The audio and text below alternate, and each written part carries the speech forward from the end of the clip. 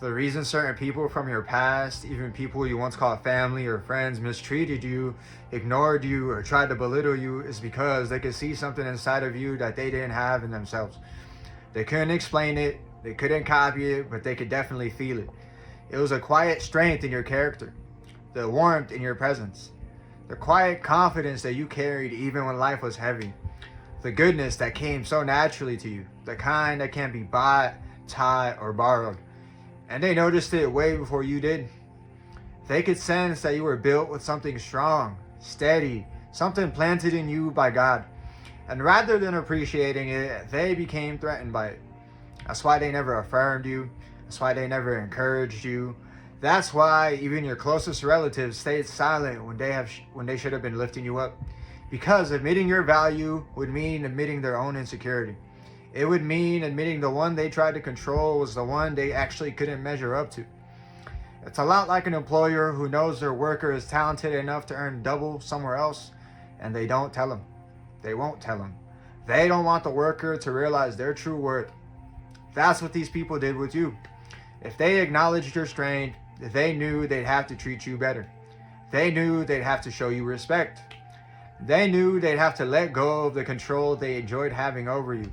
And because your heart was kind, because you didn't compete with anyone, they assumed that they could walk all over you. They mistook your kindness for weakness. They thought they thought you never noticed the games, the disrespect, or the jealousy. They tried to tear you down, hoping you'd forget who you were. But every time you got hurt, you healed. Every time they pushed you aside, you got back up. Your spirit remained strong, your hope stayed alive, and your character stayed clean. And that's what frustrated them the most. The fact that nothing they did ever truly broke you. And here's the part that really stings them today. You grew. You elevated. You matured. You became wiser, calmer, and more sure of yourself. While they remained the same. Still stuck. Still complaining. Still chasing approval. Now they watch you from a distance. Some out of guilt. Some out of regret. Some because the very person they once mocked is the person they learned from. Your life became the message that they needed. Your growth became their wake-up call. Some of these people only get out of bed to see what you're doing next. They refresh your page. They listen to your words. They follow your steps quietly because they finally see what they tried so hard to deny. You were never the problem. You were the blessing.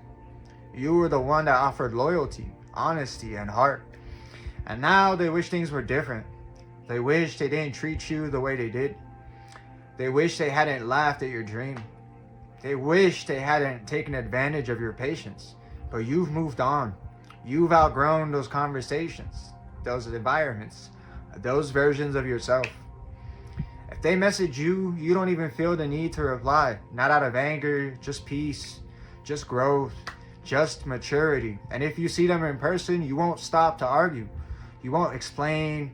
You will simply walk in a different direction because your peace is worth more than opening old wounds. They had access to you once and they lost it. Not because you're cold, but because you finally learned what God was trying to show you all along. Certain people were only placed in your life to reveal your strengths, not to walk with you into your future. And you're walking forward now, lighter, clearer, and a lot stronger than you've ever been. So walk boldly. And that's it for this message. I want to thank everyone that made it to the end. I'm truly honored by your support. If this message resonated with you at all, please drop a comment, give me some feedback, hit that like button, and subscribe. It's been Chris and Nisty, and until next time, take care and have a good one.